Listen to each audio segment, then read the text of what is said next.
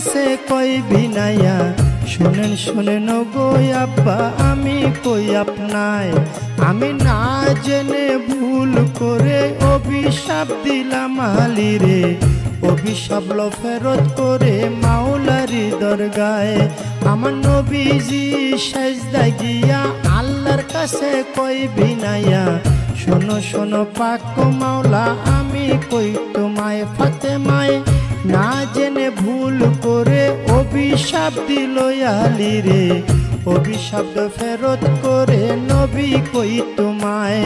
আমার আল্লাহ বলে ও নবীজি একটা কথা তোমায় জিজ্ঞাসি